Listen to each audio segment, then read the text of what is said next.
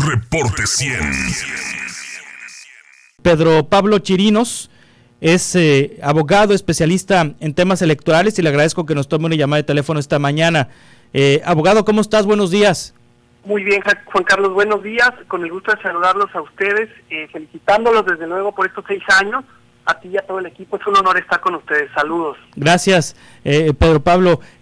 A ver, ¿es posible esto a través de reformas secundarias? ¿Esto que plantea el presidente a través de cambios constitucionales? Bueno, así como comparando lo que hay en esta actual propuesta del Ejecutivo Federal, no hay, él no mandó esta adecuación de leyes secundarias en el paquete original. O sea, sí.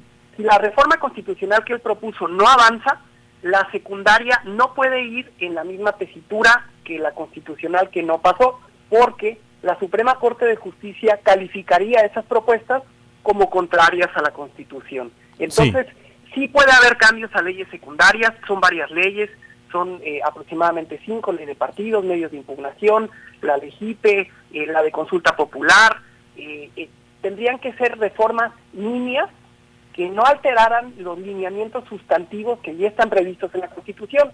Necesitamos esperar al mes de diciembre, que es cuando en apariencia vamos a conocer este nuevo paquete de reformas y ver que se socialicen para esperar si se puede lograr una propuesta, porque la realidad es que plan B no había.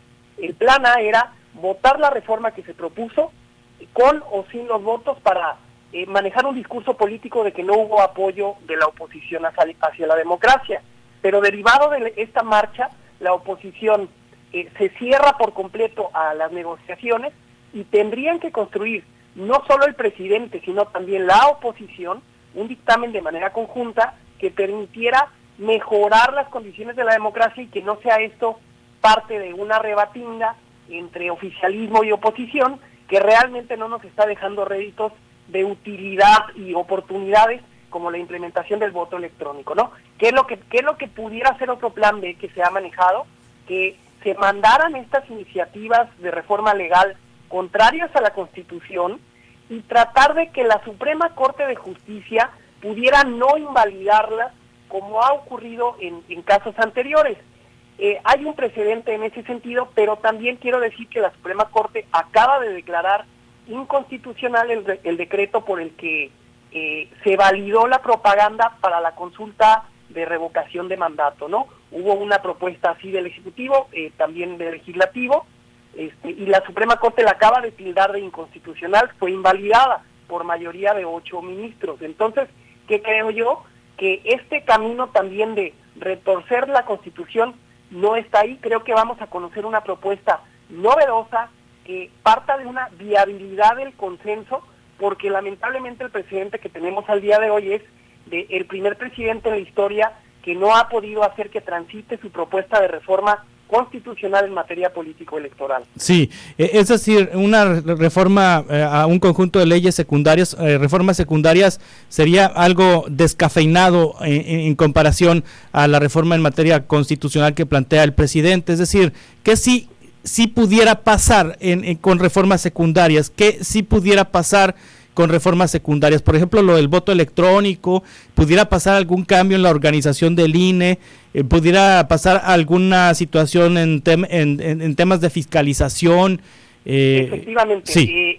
La reforma secundaria impactaría en la organización interna de carácter administrativo del INE y posiblemente en algunas reglas procesales de las campañas, pero la base que está en la Constitución no se podría contravenir. Ahora, en la fiscalización sí podríamos llegar a obtener por lo menos un catálogo de sanciones para evitar estas sanciones sorpresa que ha sacado el INE de cancelación de candidaturas como en Michoacán o Guerrero, por ejemplo, para ya tener un piso parejo y saber cuál sería la gradualidad de las sanciones a imponer.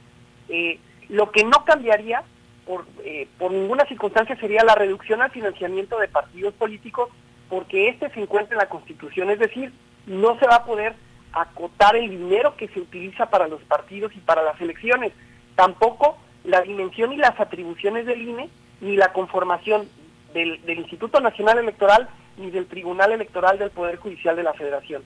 Sería realmente algo no sobre lo sustantivo, sino sobre lo procedimental, que impactaría en reglas de carácter administrativo. Les quieren poner candados a cómo gastan el dinero en el INE, sí, pero lo que está en la Constitución no se puede modificar en este sentido, y no es porque el presidente no pueda, sino porque la Constitución que tenemos ha alcanzado este diseño precisamente para la distribución y separación de poderes, en esta parte que se le conoce en la teoría como la esfera de lo indecidible. Hay derechos que ni siquiera las mayorías pueden modificar, ni en su beneficio ni en perjuicio de las minorías.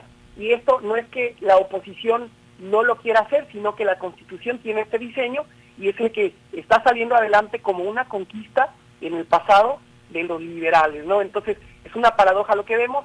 Creo que hay que esperar un nuevo paquete que sea viable en lugar de seguir estirando la liga con este paquete que no está diseñado para trascender a leyes secundarias.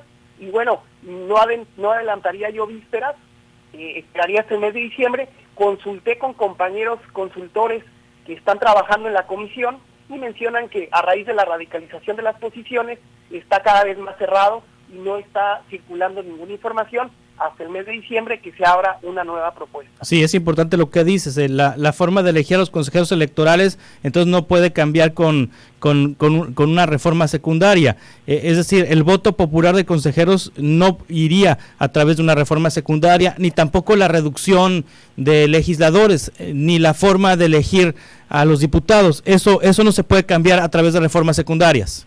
Así es, como eso está establecido en bases de carácter constitucional, no hay manera que a través de una ley secundaria se hiciera, porque inmediatamente la Suprema Corte las invalidaría. Ahora, lo que va a ocurrir es naturalmente que al no lograr esta reforma en el mes de diciembre, si no trasciende la otra, vamos a ver que se haga la renovación del Consejo General del Instituto Nacional Electoral.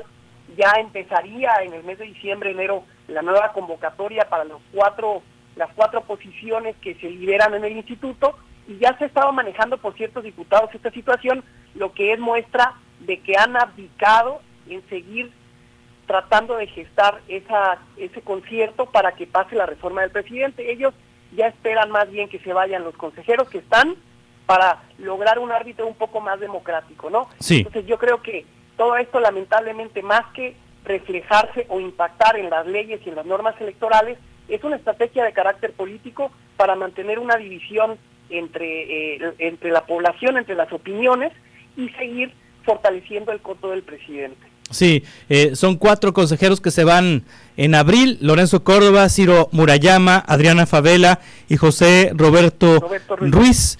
Y de hecho el coordinador de Morena, Ignacio Mier, anunció que buscarán que la renovación de los 4 de los 11 consejeros del INE pueda hacerse por tómbola. Me imagino que van a meter una tómbola a varios nombres y van a sacar ahí los 4, sí, ¿no?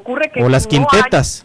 Ocurre que si no hay manera de designarlos, hay un procedimiento excepcional que contempla la insaculación por el comité de evaluación para las quintetas que se propongan a través de un concurso que iniciaría ahora en diciembre. Es decir, ellos posiblemente ya están viendo que no va a haber ese acuerdo, pero en la nominación de las quintetas y en la nominación del comité de evaluación, donde recordemos la vez pasada estuvo John Ackerman, Diego Valadez y otros personajes, pues bueno, a partir de ahí lograr un órgano un poco más ciudadanizado, porque realmente no se trata de ir a los extremos, pero en mi opinión sí está muy capturado el INE, y no toda la institución, sino el Consejo General, por esos titulares que van a salir, con excepción de Favela, y realmente hace falta la renovación que para los partidos de oposición es algo inconcebible, ¿no? Entonces esperemos que se logre más bien a través de esa tómbola o insaculación, que sea a través de un consenso y que sean en reglas de utilidad, como ya lo dijiste tú, con el voto electrónico, que faciliten el acceso de los ciudadanos y que democraticen los partidos políticos, que es la reforma que todos esperamos, y no que sea esta pelea que realmente no nos ha llevado a nada más que a externar odios y extremos radicales en opiniones. Sí, Pedro Pablo Chirinos, muchas gracias por tomar esta llamada y por ponernos en contexto y explicarnos los alcances de una reforma secundaria. Muchas gracias, estamos en contacto, si te parece, para futuras conversaciones. Claro que sí, con gusto, Juan Carlos, y felicidades. Gracias. Reporte 100.